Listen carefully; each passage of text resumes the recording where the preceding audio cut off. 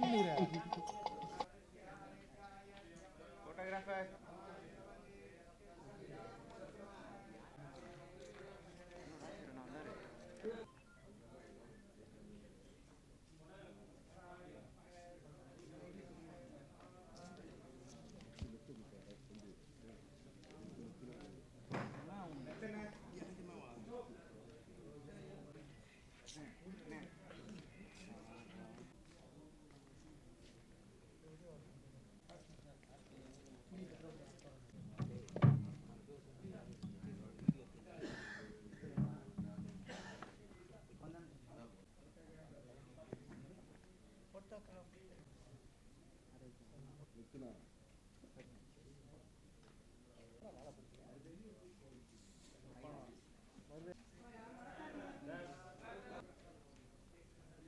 நான் உட்காருங்க.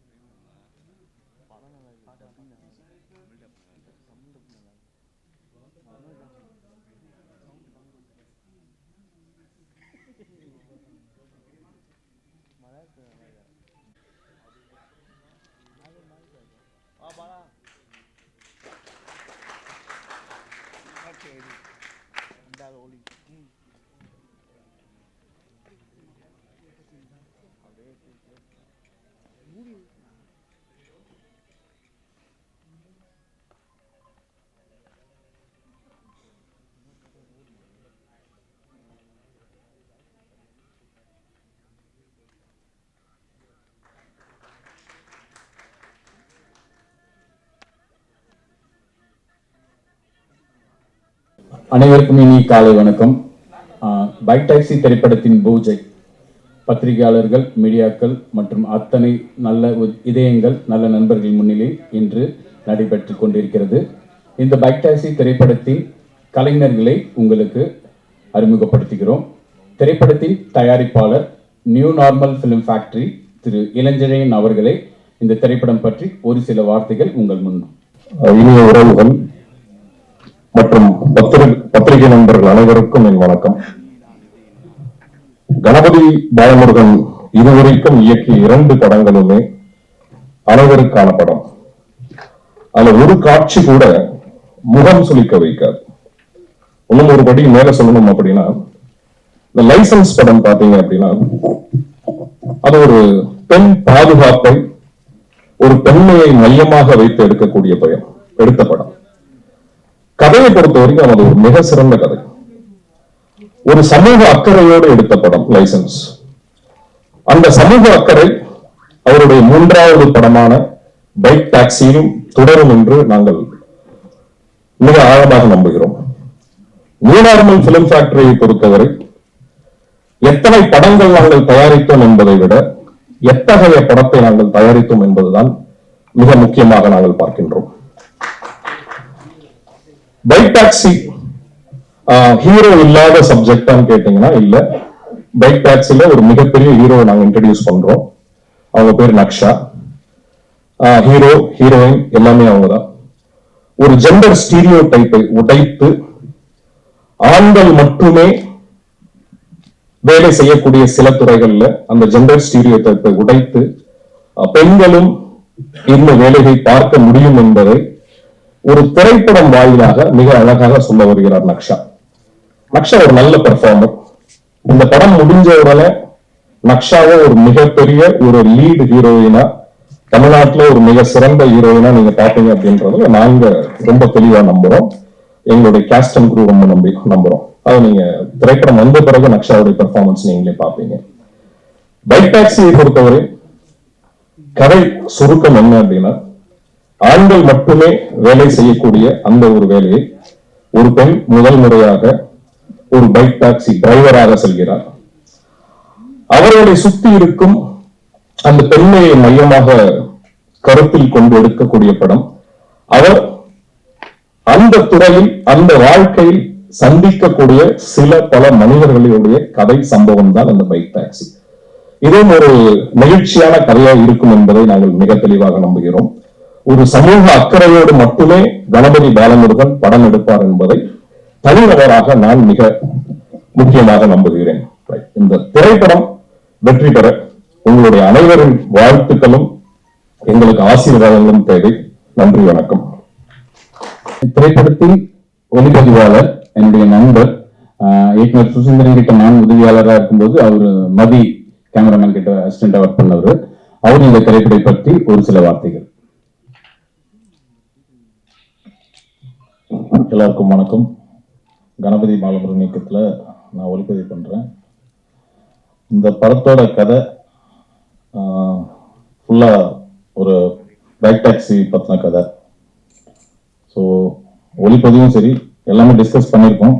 நிறைய எக்ஸ்டீரியர் ஷாட்ஸ் இருக்கு. என்னோட பெஸ்ட் ஒர்க் இந்த படத்துல கண்டிப்பா இருக்கும். நன்றி.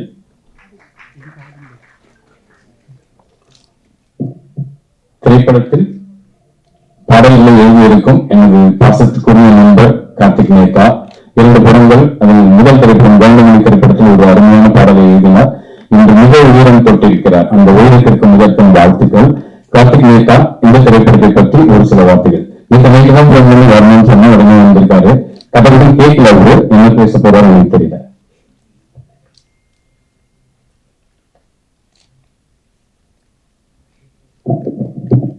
ரொம்ப நன்றிண்ணா, பாலாண்ணா. எல்லாருக்கும் வணக்கம். முதல்ல ரகனா மேம்க்கு வணக்கம். ரொம்ப வருஷத்துக்கு அப்புறம் மேம் நேரில் பார்க்குறேன். கதை கேட்கணும்னு இல்லை, ஏன்னா பாலாண்ணா எப்படி எடுப்பாங்கன்னு தெரியும். அந்த படத்தில் ஒரு பயணத்தை பற்றி படம் இல்லையா, அதனால அவரோட பயணமும் நான் பார்த்துருக்கேன் வாழ்க்கையில். அதனால் நல்லாவே சிறப்பாக இருக்கும். அவர் எந்த மாதிரியான சூழல் தந்தாலும் சிறப்பாக எழுதிடுவோம் அப்படிங்கிறது தான் தமிழ் துணையாக இருக்குது. ப்ளஸ் ப்ரொடியூசர் சார் சொன்ன போல பெண்கள் சில துறைகளுக்குள்ள வரவே முடியாது அப்படின்ற மாதிரியான ஒரு ஆண் மையம் இருக்கு இல்லையா, அதை உடைக்கக்கூடிய நிறைய துறைகள் எனக்கு வந்துருச்சு, நிறைய பேர் உள்ள வந்துட்டோம். இந்த படம் அதற்கான ஒரு முன்னோட்டமாக திரைத்துறையில் இருக்கும் அப்படிங்கிறது நல்லாவே தெரியுது. அவங்க நடிக்கிறவங்களுக்கு முதற்கண் வாழ்த்துக்கள். ஆமாம், சிறப்பாக வரட்டும், எல்லாருக்குமே மகிழ்ச்சி. அண்ணனோட அவரோட முதல் படத்தில் எழுதியிருந்தேன், ரெண்டாவது படம் கொஞ்சம் எழுத முடியல. இப்போ இந்த படத்தில் மீண்டும் இணைஞ்சிருக்கோம். ரகனா மேடத்தோடய அப்படிதான், மேடமோட ஒரு படம் ஒர்க் பண்ணியிருந்தேன், நிலம் நீர் காற்றுன்னு ஒரு படம். அந்த படமும் ஒரு சமூக பிரச்சனை பேசின படம் தான். இதுவுமே சமூகத்தில் இருக்கக்கூடிய ஒரு மைய விஷயத்தை வந்து அலசக்கூடிய திரைப்படமா இருக்குது.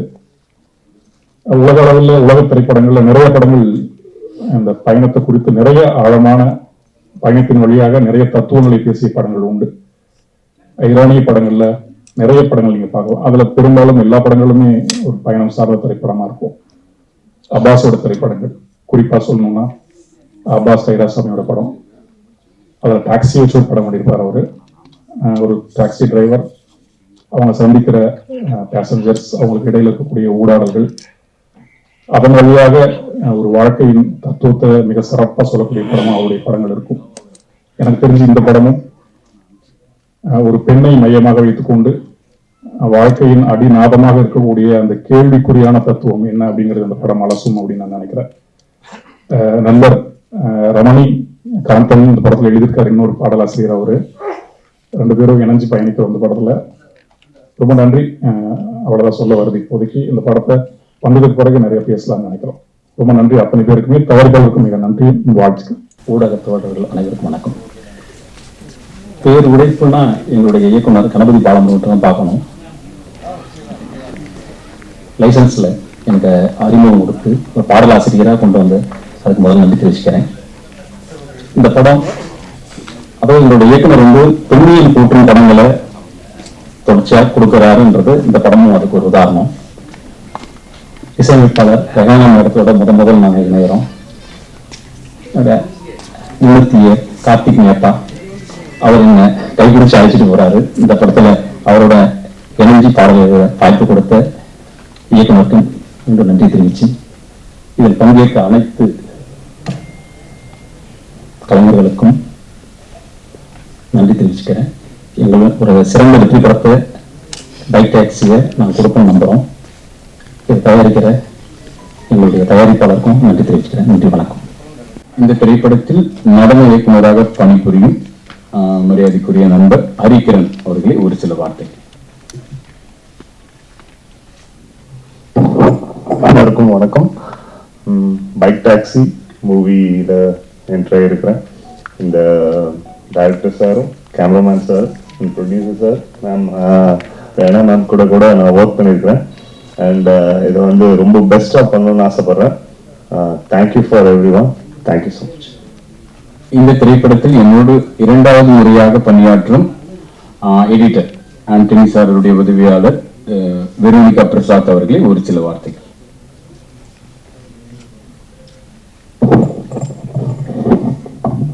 வந்திருக்கிற அனைவருக்கும் நன்றி.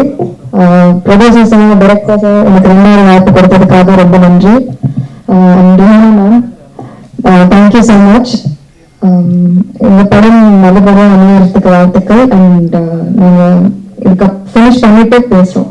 Bike taxi. தேங்க்யூ. இந்த படத்துல ஷோபன் பாபு ஒரு சில வரிகள்.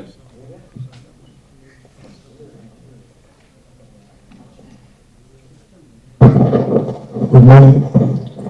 வந்திருக்க பத்திரிகை துறை நண்பர்கள் அனைவருக்கும் என்னுடைய மனமார்ந்த நன்றியை தெரிவித்துக் கொள்கிறேன். அப்புறம் ப்ரொடியூசர் சார், ரகுமான், எங்கள் டைரக்டர் வந்து ஒரு 25 வருஷம் ஃப்ரெண்டு. எனக்கு முதல்ல நான் அவருக்கு நன்றி சொல்லிக்கிறேன், எனக்கு இந்த வாய்ப்பு கொடுத்தது. இரண்டாவதாக நான் கடவுளுக்கு மிகவும் நன்றி சொல்லிக்கிறேன். ஏன்னா 18 வருட போராட்டம், அதை வந்து உடல்முறை எனக்கு இந்த வாய்ப்பு இயக்குநர்கள் மிகுந்த பாராட்டு தெரிவிச்சுக்கிறேன். அப்புறம் இந்த இடத்துக்கு வந்து எங்கள் மனைவிக்கு நான் மிகவும் நன்றியை தெரிவிச்சுக்கிறேன். ஏன்னா என்னோட 18 வருட போராட்டத்துக்கு அவங்க தான் ஒரு சப்போர்ட்டிவாக இருந்தாங்க. அதுக்கு நான் ரொம்ப தேங்க்ஸ் சொல்லிக்கிறேன். இந்த படம் மிக சிறந்த வெற்றி படமாக நான் கண்டிப்பாக போராடுவோம், கண்டிப்பாக செய்வோம். எல்லாருக்கும் நான் தேங்க்ஸ் சொல்லிக்கிறேன். நன்றி, வணக்கம். நண்பா, நிச்சயமா இந்த திரைப்படம் உனக்கும் எனக்குமே மிகப்பெரிய உயரம் தொடும் நம்புறேன். அடுத்ததாக இந்த திரைப்படத்தில் ஒரு சில வார்த்தைகள். அதாவது இந்த திரைப்படத்தில் முக்கிய கதாபாத்திரம் இந்த கதையை பத்தி நான் என்னுடைய உரையில சொல்லிடுறேன். மிக மிக முக்கியமான கதாபாத்திரம். சமீபத்தில் தமிழ் திரைப்படங்களில் மிக சிறப்பான நடிப்பால் தமிழ் பார்வையாளர்களை தன் வசம் இழுத்திருக்கும் மரியாதைக்குரிய அண்ணன் காளி வெங்கட் அவர்களை ஒரு சில வார்த்தைகள்.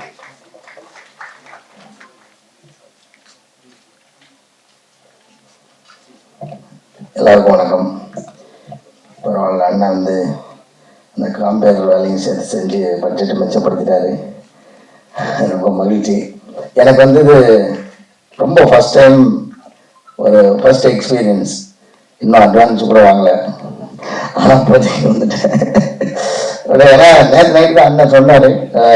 அதுக்கு முன்னாடி கதை சொல்லிட்டாரு. ரொம்ப ரொம்ப இன்ட்ரெஸ்டிங்கான கதை. சமீபத்தில் நான் கேட்டதில்ல, ரொம்ப சுவாரஸ்யமா இருந்துச்சு. என்டர்டைன்மெண்ட்டாகவும் சரி, அது என்கேஜ் ஆகும், அது பேசுற விஷயமும் சூப்பராக இருந்தது. அந்த எல்லாத்துக்குள்ளேயும் அவரோட பார்வையில ஒரு அறம் இருக்குது இந்த கதையில. அது எனக்கு ரொம்ப பிடிச்சிருந்துச்சு. என்னோட கேரக்டர் ரொம்ப இன்ட்ரெஸ்டிங்கா, ரொம்ப பெக்குலியராகவும் இருந்தது. அதனால இந்த படம் நிச்சயமா பண்றது. நல்ல டீமாவும் இருக்கு. கார்த்திக் அவர் வந்து உங்களுக்கு தெரிஞ்சிருக்கோம் நினைக்கிறேன். விவேக் பிரசன்னா அவரோட சகோதரர். அவரு தெரியாதவங்க இதன் மூலமா தெரிஞ்சுக்கல. அவரை வந்து அவரோட ரைட்டிங்ல நான் இன்னொரு படம் பண்ணியிருந்தேன். அது சும்மா ஒரு இதில் சொல்லிக்கிறேன். அது படம் சீக்கிரம் வரப்போகுது. பயங்கரமா இருந்துச்சு. எனக்கு எக்ஸ்பீரியன்ஸா சூப்பரா இருக்கும். அந்த படம் வந்து ரொம்ப இன்ட்ரெஸ்டிங்கான படம். அவரோட ரைட்டிங்ல வரப்போகுது. அப்புறம் இந்த மொத்த டீமுக்கும் என்னோட வாழ்த்துக்களும். நானும் உள்ள இருக்கேன்றத மகிழ்ச்சியும் தெரிவிச்சுக்கிறேன். அண்ணன் வையாபுரன் நம்மளோட ரீசெண்டாக ஒர்க் பண்ணோம். திரும்பவும் சேர்ந்து ஒர்க் பண்ணுறது ரொம்ப மகிழ்ச்சினேன். மேடம் ரேனா மேடம் கேட்டாங்க, பிரகாஷ் கூட நடிச்சிட்டிங்கன்னா டக்குன்னு ஞாபகத்துக்கு வரல. நமக்கு ஜிவி சார்னே சொல்லி பழகிட்டோம். அவங்க வீட்டில் செல்லமா கூப்பிட்ற பேர் நினைக்கிறேன். அப்படி அவன் யோசிச்சுட்டே இருக்கேன், பிரகாஷ் அப்புறம் 3 படம் அடிச்சிருக்காங்க. அவன் மேடம் சொன்னேன். இதுக்கு ரொம்ப நல்ல எக்ஸ்பீரியன்ஸு. எல்லாருக்கும் நன்றி. இயக்குனருக்கு ரொம்ப நன்றி, வாழ்த்துக்கிறோம். கார்த்தி வந்து வரும்போது என்ன சொன்னேன், ஆனால் ஒரு பாட்டு பாடி விடுங்க, அப்போதான் வந்து ரொம்ப வைரல் ஆகும் அப்படிலாம் சொல்லி. எனக்கு பாட்டுலாம் பாட தெரியாது கார்த்தி, பேசுறதே எனக்கு கொஞ்சமா இருக்கும். ரொம்ப நன்றி, தேங்க்யூ. வாங்கன்னு சார் சொன்னாரு. இந்த படம்ல இனிமே அண்ணன் வந்து வாங்க போற பணத்தை எங்க வைப்பான்னு தெரியாது. அந்த அளவுக்கு மிகப்பெரிய உயரத்துக்கு வருவாரு. ஒரு சாதாரண விஷயம் கிடையாது. சினிமாவில் வந்து ஒரு மாபெரும் கலைஞனா இருக்கிறவங்க அட்வான்ஸே வாங்காம வர்றதுன்றது இந்த கதை மேல இருக்கிற நம்பிக்கை தான். என்னைய விட நிச்சயமா அவருக்கு நல்ல கதையை கலைப்படி பண்றாரு. கதை மேல இருக்கிற மிகப்பெரிய நம்பிக்கையில தான் அண்ணன் வந்திருக்காரு. ஸோ நீ சினிமாவை நேசிக்கிற ஒரு கலைஞனால் மட்டும்தான் இப்படி யதார்த்தமா நடந்துக்க முடியும். ஸோ அந்த விதத்துல ரொம்ப நன்றி அண்ணன். கண்டிப்பா. அடுத்தபடியாக இந்த திரைப்படத்திற்கு எனக்கு வாழ்க்கத்துக்காக வருகை தந்திருக்காரு 2 திரைப்படங்களை இயக்கிய தயாரிப்பாளர், மஞ்சள் சட்ட பச்சை சட்ட, ராயர் பரம்பரை. ஒரு சில வார்த்தைகள் வாங்குங்க. அனைவருக்கும் வணக்கம். பாலமுருகன் வந்து சினிமாவை எப்படி நேசிச்சு ஒவ்வொரு காட்சியையும் அவருக்கே ஒரு 4 வாட்டி 5 வாட்டி தனித்தனியாக எழுதி பார்த்து அதை மேட்ச் பண்ணி கொண்டு போவார். அதில் ஒரு சமூக சிந்தனையும் கண்டிப்பாக இருக்கும். இந்த மாதிரியான இயக்குநர்களுக்கு பத்திரிகை நண்பர்கள்லாம் நீ உறுதுணையாக இருந்து இந்த படத்தின் வெற்றிக்கு நீங்கள்லாம் கண்டிப்பாக உறுதுணையாக இருக்கணும். விரும்பி மேலே கொண்டு போகணும். எல்லாம் நல்ல ஒரு குரூப் ஃபார்ம் பண்ணியிருக்காரு. இந்த கேமராமேன் வந்து என்னுடைய ஃபர்ஸ்ட் படத்தில் பண்ணவர் தான் சுரேஷ். அவர் தெலுங்குல மிக ஓவியம் திருப்பி மதியோட அசோசியேட். ஒவ்வொரு காட்சியையும் நீ எத்தனை வாட்டி எடுத்தாலும் சரி, க்ளோஸ் விட்டு வைடு நீங்க லாங் ஷார்ட் எப்படி எடுத்தாலும் சலிக்காம செய்து கொடுக்குற ஒரு நல்ல கடின உழைப்பாளி. அதே மாதிரி படத்துலையும் காட்சிகளை செதுக்கி பார்த்து ஒரு சமூக வைக்கக்கூடிய நல்ல இயக்குனர். அதனால இந்த படம் கண்டிப்பா வெற்றி பெறும். கதையை இதுல எல்லாம் ஹீரோ இல்லைன்னு ஒருத்தர் சொன்னாரு. இதுல என்னை பொறுத்த மட்டும் கதை தான் முக்கியமான ஹீரோ. இது ஒரு வகையில நானே கூட இருந்தது. அநேகமா அடுத்த படம் நானும் படம் சேர்ந்து பண்றதுக்கு வாய்ப்பு இருக்குன்னு நினைக்கிறேன். அனைவருக்கும் வாழ்த்துக்கள். நிச்சயமாக இந்த படம் வெற்றி பெறும் என்று நான் முழுமையாக நம்புகிறேன். நீங்க தான் இதை கொண்டு போய் சேர்க்கணும் அப்படின்ற வேண்டுகோளை பத்திரிகையோடு வைத்து விடைபெறுகிறேன். நன்றி, வணக்கம். முதன்மை கதாபாத்திரம் ஏற்றிருக்கும் நக்ஷா. அதாவது தமிழ் திரையுலகில் தொடர்ந்து பெண்மைய கதாபாத்திரங்களை வைத்து நான் எழுதிட்டு இருக்கேன். எனக்கு ரொம்ப சந்தோஷமா இருக்கு. அப்படிப்பட்ட ஒரு இயக்குனராக கூட நான் அப்படி தொடர்ச்சியா நீடிக்கலாம்னு தான் நினைக்கிறேன். மார்கழி திங்கள், அதுக்கு முன்னாடி ராமராஜன் சார் நடித்த சாமானியன் திரைப்படத்துல ஒரு முதன்மை கதாபாத்திரம் பண்ணியிருக்காங்க. அதெல்லாம் தாண்டி இந்த படம் பைக் டாக்ஸி, வித்யா அப்படின்ற ஒரு கதாபாத்திரம் ரொம்ப கடினமான கதாபாத்திரம். பாலச்சந்திர சார் படத்துடைய ஹீரோயினை பார்த்திருப்பீங்க, அவங்க இன்னி வரைக்கும் மறக்க முடியாது. ரேவதி, சுகாசினி, நிறைய பேர். அப்படி ஒரு கதாபாத்திரம். என்ன பழைய ஃபீல்ட்ல சொல்றீங்கன்னு நினைச்சிடாதீங்க. 2024 உண்டான ஒரு அப்டேட்டோட இப்ப இருக்கிற பெண்கள் எந்த அளவுக்கு அவங்க ரொம்ப ஒரு பயம் இல்லாம பாதுகாப்பா துருத்துருப்பா இருக்காங்களோ அப்படி ஒரு பெரிய கதாபாத்திரம் இது. இந்த கதை வந்து அது நான் சொல்றேன், இந்த கதைக்கு முன்னாடி நக்ஷாவை நாங்க தேர்ந்தெடுத்ததுக்கான காரணம் அவங்களுடைய பெர்ஃபார்மன்ஸ் பார்த்திருக்கோம். 2 படங்கள் பண்ணியிருக்காங்க. இந்த படம் வந்து ஒரு தனியா கீர்த்தி சுரேஷ் அப்புறம் நம்ம சாய் பல்லவி நடிச்ச கார்கி அந்த மாதிரி முழு படத்தையுமே அவங்க தோளோடு தோல் சேர்த்து தாங்க போறாங்க. அதுக்கான மிகப்பெரிய வலிமை அவங்க கிட்ட இருக்கு. சோ இந்த திரைப்படத்தை பற்றி ஒரு சில வார்த்தைகள் முதன்மை கதாபாத்திரம் ஏற்றிருக்கும் வித்யா எனும் நக்ஷாச்சரணி பேச அழைக்கிறேன்.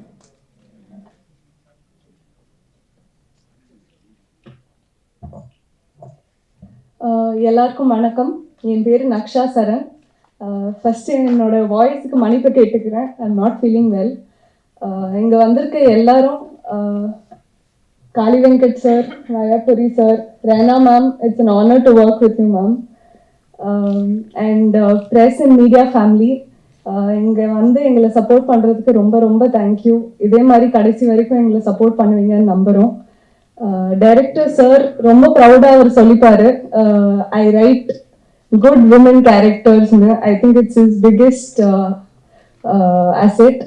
ஸோ அந்த ஒரு இதில் எனக்கு இந்த கேரக்டர் கிடைச்சது. I am very very blessed. And இந்த கேரக்டருக்கு ஒரு ஜஸ்டிஸ் கொடுத்தான்னு நம்புகிறேன் சார். யா, நிறைய டைம் எடுத்துக்கல. Thank you so much. I think once the project is done இன்னும் பேச வரேன். தேங்க்யூ. நன்றி நக்ஷா. பெண்மைய கதாபாத்திரங்கள் திரைப்படத்துல வந்து சக பணியாளர்களாக, அது இல்லாம சக முதன்மை தொழில்நுட்ப கலைஞர்களோடு பயணிப்பது வந்து பெரிய ஒரு விஷயம். உதாரணத்துக்கு எடிட்டர் ஸ்னேகா வெரோனிகா பிரசாத் முதன்முறையாக இந்த திரைப்படத்துல ஒரு திரைப்படத்திற்கு இசை எந்த அளவுக்கு முக்கியம், ஒரு பெண்மைய கதாபாத்திரம் தான் இவங்க. இந்த இசையால இந்த படத்தை மிகப்பெரிய ஒரு ஆச்சரியங்களை நிகழ்த்துவாங்க. பெரிய நம்பிக்கை இருக்கு. மேம் ரொம்ப பிடிக்கும் எங்களுக்கு. அவங்களுடைய திரைப்படங்கள் வந்து மிக மிக ரசிக்கக்கூடிய திரைப்படங்கள் பண்ணியிருக்காங்க. அதெல்லாம் தாண்டி இந்த கதையை சொல்லும் போது அவங்க இந்த கதை மேல வைத்த நம்பிக்கையில இந்த திரைப்படத்திற்கு இசையமைக்க முன் வந்திருக்காங்க. மரியாதைக்குரிய திரு ரெஹானா மேம் அவர்களை திரைப்படம் பற்றி ஒரு சில வார்த்தைகள் பேச அன்போடு அழைக்கிறேன்.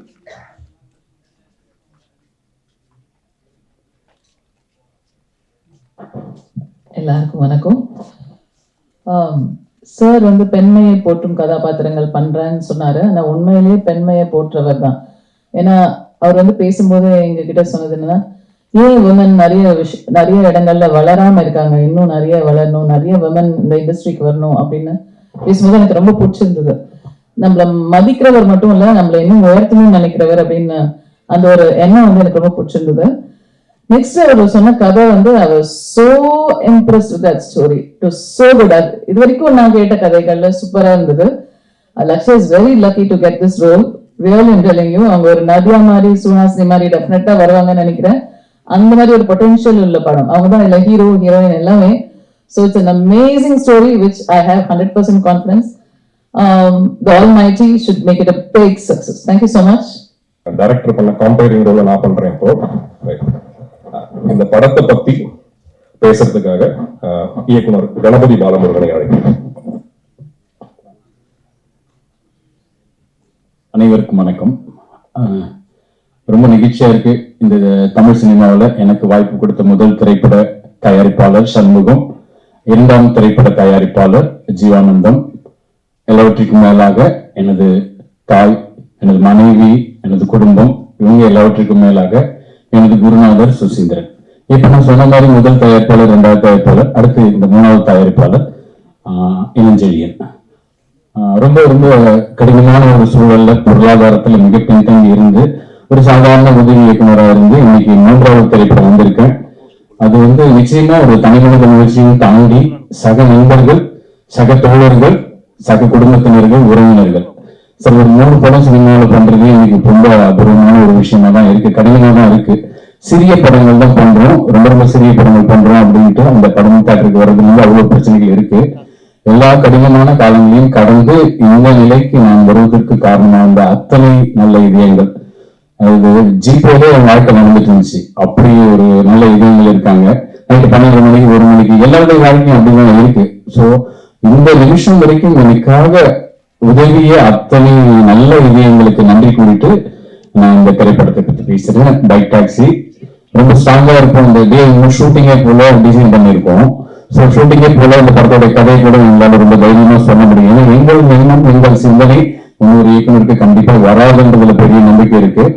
ரத்தன சுருக்கமா இந்த படத்தினுடைய கதையை சொல்ல முடியும். ஒரு ஃபீமேல் பைக் டாக்ஸி ரைடர் வித்யா அப்படின்ற பெண் ஒரு நாள் தன்னுடைய பயணத்தை ஆரம்பிக்கிறாங்க. அவங்க சந்திக்கிற 6 பயணங்கள், 6 சுவாரஸ்யமான மனிதர்கள், 6 பேர் இருக்காங்க இந்த படத்துல. இன்னும் நிறைய நடிகர்கள் இருக்காங்க. இருந்தாலும் அவங்க முறைப்படி நம்ம அறிவிக்கணும். கலைஞங்கிட்ட அந்த மாதிரி, வையாபுரி அந்த மாதிரி சில பேர் உடனே வந்தாங்க இல்லைங்களா. அந்த மாதிரி இந்த திரைப்படத்துல ஒரு பெண் பைக் டாக்ஸி ஓட்டுநர் சந்திக்கிற 6 சுவாரஸ்யமான கதைகள். ஆந்தாலஜி கிடையாது இது. என்டையர் 6 கதைகளுமே வித்யா என்ற பெண் கனெக்ட் ஆயிருப்பாங்க. நவரசங்களை தாண்டி அத்தனை ஒரு விஷயங்களையும் குணாதிசையும் பிரதிபலிக்கிற ஒரு அற்புதமான கேரக்டர். ஸோ ஒன் டேல நடக்கிற இன்சிடென்ட் 6 கதைகள், அருமையான கதைகள் இருக்கு. ஸோ அது அதே சமயம் நீங்க எதிர்பார்க்கிற மாதிரி இன்னைக்கு 2024ல மஞ்சுமல் பாய்ஸ் ஒரு படம் மிகப்பெரிய வெற்றி, சாதாரண வெற்றியில மிகப்பெரிய வெற்றி. எல்லா இயக்குநர்களுமே அப்படி ஒரு பெரிய வெற்றிக்காக தான் சார் எழுதுறாங்க, திரைக்கதை அமைக்கிறாங்க. நிச்சயமா இப்ப சமீபத்துல இருக்கிற ஒரு வெற்றியை நம்ம கொண்டாடிப்பாங்கணும். அப்படி எந்த விதத்திலும் எல்லா இயக்குனரும் ஒரு பெரிய வெற்றி படம் கொடுக்கறதுக்கு தான் நினைப்பாங்க. அப்படி ஒரு பெரிய வெற்றி படத்தை கொடுக்கணும்ன்ற நம்பிக்கையோடு வந்திருக்கோம். ஸோ படத்தோடைய முதல் நாள் பூஜை ஷூட்டிங்கே நாளைக்கு, அதுக்கப்புறமா பிளான் பண்றோம். இந்த படத்தோட கதையை நான் உங்களுக்கே சொல்லியிருக்கேன். ஸோ நம்பிக்கை இருக்கு. மிக மிக மிக நேர்மையாக எழுதப்பட்ட கதை பார்வையாளர்களை சுவாரஸ்யப்படுத்தும் என்பதில் எங்களுக்கு எந்த விதமான டவுட் எல்லாம் கிடையாது. ஸோ இந்த வாய்ப்பிற்கு எனக்கு உதவிய அத்தனை இதயங்கள், யாராவது பேர் சொல்ல மறந்துட்டாலும் பரவாயில்ல, அதுதான் சொன்னேன், அத்தனை நல்ல இதயங்களுக்கும் நன்றி கூறுகிறேன். இந்த திரைப்படத்தின் மூலமாக நிச்சயமாக ஒரு தேர்ந்த மிக சிறந்த இயக்குநராக என்னுடைய பயணம் இருக்கும். அதுக்கு என்னுடைய அத்தனை உறவுகளுக்கும், திரையுலக சொந்தங்களுக்கும், திரையுலக நண்பர்களுக்கும், உறவுகளுக்கும், நண்பர்களுக்கும் நன்றி. நிச்சயமா அதாவது என்ன உரை எல்லாமே நன்றி உரையாக தான் இருக்கும் பாத்தீங்கன்னா. ஸோ நன்றி அப்படின்றத தாண்டி அன்பை விதைக்கிறோம். பெரும்பு பெருத்தோங்கட்டும். மிக்க நன்றி. முத்தாய்ப்பாக, அதாவது திரைப்படத்தின் முத்தாய்ப்பாக இந்த திரைப்படம் ஒரு தந்தை மகள் விஷயம் இதுக்குள்ள ரொம்ப இருக்கு. ஏன்னா ஒரு மகள் பார்க்கும்போது எல்லா பொண்ணுங்களுமே அப்பாவுக்கு தான், எல்லா அப்பாக்களுக்கும் பொண்ணுங்களை தான் ரொம்ப பிடிக்கும். ஸோ இந்த திரைப்படத்துல ரொம்ப ரொம்ப முக்கியமான ஒரு கதாபாத்திரம் வித்யாவின் தந்தையாக வருகிற திருநாவுக்கரசு என்னும் கதாபாத்திரம் இருக்கிற மூத்த நடிகர். மூத்த நடிகர் சொல்லி அண்ணன் வயசாயிடுச்சுன்னு சொல்ல வரல, திரையில ரொம்ப நடிப்புல ஒரு மூத்த நடிகர் திரு வையாபுரி அண்ணன் அவர்கள் இந்த திரைப்படம் பற்றி ஒரு சில வார்த்தைகளை உங்கள் முன் பேசுவார்.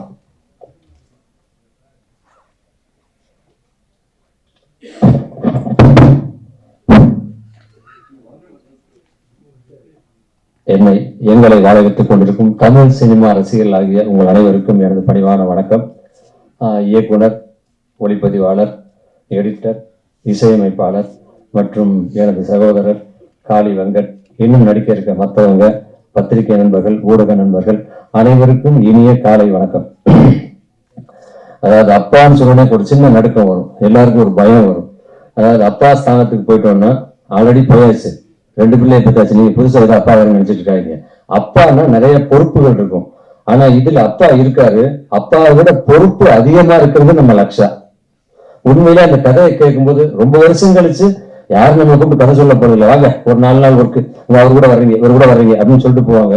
ஆனா முதல்ல கூப்பிட்டு ஒரு கதையை சொல்லி ரொம்ப வருஷத்துக்கு அப்புறமா அந்த கதை சொல்லி முடிச்சோடனே அவரை கட்டி பிடிச்சி உண்மையில அதை சொல்லிட்டு இருக்கும் போதே நான் அழுதுட்டேன். அவ்வளவு பிரமாதம். அந்த எந்த கேரக்டருமே சின்னது பெருசு சொல்ல முடியாது, அத்தனை கேரக்டரும் அவ்வளவு அற்புதமா இருந்தது. நான் லைசன்ஸ் ஒர்க் பண்ண ஒரே ஒரு நாள் ஒர்க் பண்ணேன். அவர் கூட அப்ப பேசல என்கிட்ட.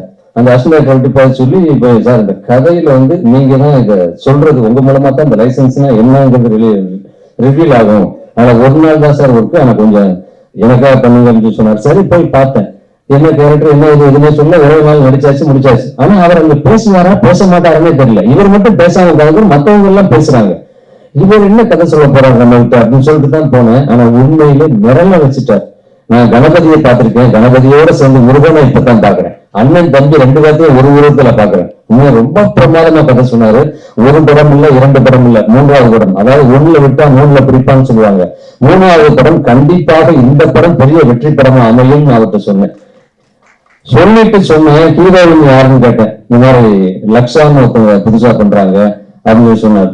சார் அந்த புதுசா பண்ண இந்த கதை நீங்க சொன்ன பாலச்சந்திரன் சார் படத்துல வர்ற ஹீரோயின் மாதிரி வெயிட்டான டைரக்டரா இருக்கு. அந்த புதுசா ஒரு ஹீரோயின் பண்ணும்போது அவங்க அதுக்கு உண்டானது இருக்கான்னு கேட்டேன்.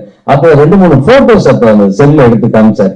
முதல்ல இவங்களை பார்த்தேன், அப்புறம் இந்த பேஸ்ல நீங்க இருக்கீங்க, அதனாலதான் உங்களுக்கு தகுந்த மாதிரி ஒரு பொண்ணை பார்த்தேன். இந்த மாதிரி உங்க பேச அவங்க பேச மேட்ச் பண்ணிருக்கேன். அது மட்டும் இல்ல, இவங்களை 2-3 சீன் எடுத்து பார்த்தேன், எக்ஸலண்டா பண்ணாங்க. உண்மையிலே இங்க உட்கார்ந்தோன்னு பார்த்தேன், நிஜமாவே இந்த பொண்ணால எந்த கேரக்டர்னாலும் பண்ண முடியுங்கிற தைரியம் எனக்கு பார்த்தோன்னே வந்துருச்சு. ஏன்னா எப்பவுமே கூச்சம் இல்லாம இருந்தா போதும், தாராளமா என்ன கேரக்டர் வேணாலும் பண்ணலாம். அது போல அவ்வளவு அழகா பண்ணாரு. இந்த இளஞ்செழியன் சார், அவரை பத்தி சொல்லணும்னா போன படம் லைசன்ஸ் எந்த அளவுக்கு அது வசூல் வந்ததுன்னு தெரியல. ஆனா நல்ல படம்னு நீங்க எல்லாருமே எழுதுனீங்க, விமர்சனத்துல ரொம்ப அழகா எழுதிருந்தீங்க. ஆனா அந்த படம் ஒருவேளை அவருக்கு லாஸ் ஆயிருந்தா கூட அதை பொருட்படுத்தாம சமூகத்துக்கு தேவையான ஒரு நல்ல விஷயத்தை சொல்றீங்க. அடுத்த படத்துக்கும் உங்களுக்கு உறுதுணையா இருப்போம் நிற்கிறார்கள். உண்மையில அந்த இளைஞர்களுக்கு எனக்கு மனமார்ந்த வாழ்த்துக்களை சொல்லிக்கிறேன். உனக்கு காலி வெங்கட் நானும் ஒரு 10 நாளைக்கு கூட ஷூட்டிங்ல இருந்தோம். அதான் சொன்னார் அவரு. அப்போ நடிச்சிட்டு இருக்கும்போது நான் சொன்னேன், உங்ககிட்ட இந்த மாதிரி ஒரு கதை கேட்டேன், இந்த மாதிரி பாலா சொன்னாரா உங்ககிட்ட, ரொம்ப பிரமாதமான கதை, உங்களுக்கு கூட ஒரு கேரக்டர் சொன்னார் அதுல அப்படின்னு. ஆமா நான் பேசினாங்க, நான் கதை கேட்கல அப்படின்னாரு. நீங்க ஃபர்ஸ்ட் அந்த கதையை கேளுங்க, அதுக்கப்புறம் நீங்க முடிவு பண்ணுவாங்க. இந்த சொல்றேன் அந்த 2-3 நாள் முடிச்சுன்னு சொல்லணும். அடுத்த 2-3 நாள் கழிச்சு டப்பிங்ல போய் பாக்குறேன், உடனே ராஜன் கேட்கிறேன், என்ன பேசியாச்சு கதை சொல்லிட்டு இருக்காரு டேரக்டர் அப்படின்னாரு. அந்த கதையை கேட்டு விட்டு அவர் சொன்ன அட்வான்ஸ் ஆகாம சம்பளம் பேசாம கதையை கேட்டு இந்த கேரக்டர் கேட்டு பிடிச்சு வந்ததுதான் நானும் காலி வாங்கிட்டேன். இது போல அந்த ஹீரோயின் வந்திருக்காங்க. இப்ப ரமணா மேடம் கேட்டாங்கன்னு சொல்லி காலி வாங்கிட்டு சொன்னார். ஜிவி கூட நிறைய படம் நடிச்சிருக்கலாம், ஜிவி கூட ஒரு படம் கூட நடிச்சதில்லை. அதே மாதிரி உங்க இசையிலேயே ஒரு படம் கூட நடிச்சது இல்லை. முதல் நீங்க வாசிச்சு நடிக்கிறவங்க உண்மையிலே ரொம்ப சந்தோஷமா இருக்கு. அதுவும் இல்லாம எனக்கு ரீல் ஸ்கோர் உங்களுக்கு நிறையவே இருக்கு. நீங்க கேட்டுட்டீங்க கதையை, நீங்க கதை கேட்டுட்டு சொன்னாங்க, டைரக்டர் சொன்னாரு நீங்க கதை கேட்டு ரொம்ப பிடிச்சிருக்குன்னு சொன்னாங்க ரகனா மேடம் சொல்லி.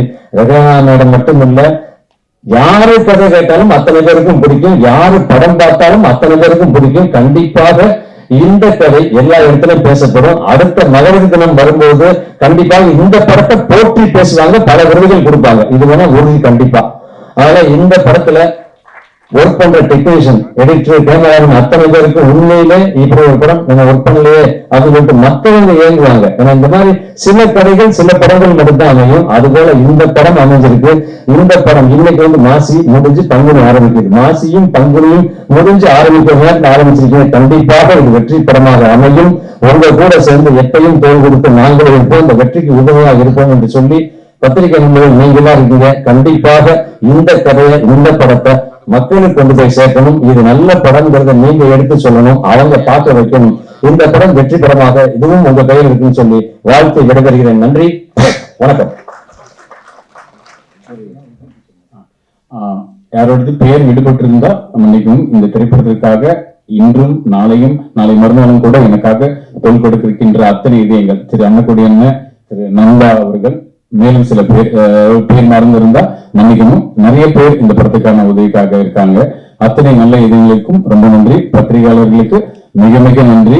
நீங்கள் தான் இந்த திரைப்படத்தை மக்களிடம் எடுத்துக்கொண்டு போய் சேர்க்கும் மிகப்பெரிய ஒரு பணியை செய்து கொண்டிருக்கிறீர்கள். உங்களுக்கு சிறந்தாழ்ந்த நன்றிகளை உங்கள் அனைவருக்கும் தெரிவித்துக் கொள்கிறேன். சதீஷ் சாருக்கு ரொம்ப ரொம்ப நன்றி. காலங்க சார் மாதிரி தான், யாரு இன்னும் எதுவுமே கேட்கல, அண்ணன் வரணும்னா உடனே வந்தாங்க. எல்லாமே சினிமாவை நேசிக்கிற ஒரு கலைஞர்களாக மட்டும்தான் முடியும். அதே மாதிரி சினிமாவை நேசிக்கின்ற ஒரு சினிமா பத்திரிகையாளர்கள் நீங்கள் உங்கள் மூலமாக இந்த திரைப்படத்தை மக்களிடம் கொண்டு செல்லுங்கள். உங்கள் அனைவருக்கும் மீண்டும் மீண்டும் சிறந்த நன்றிகள்.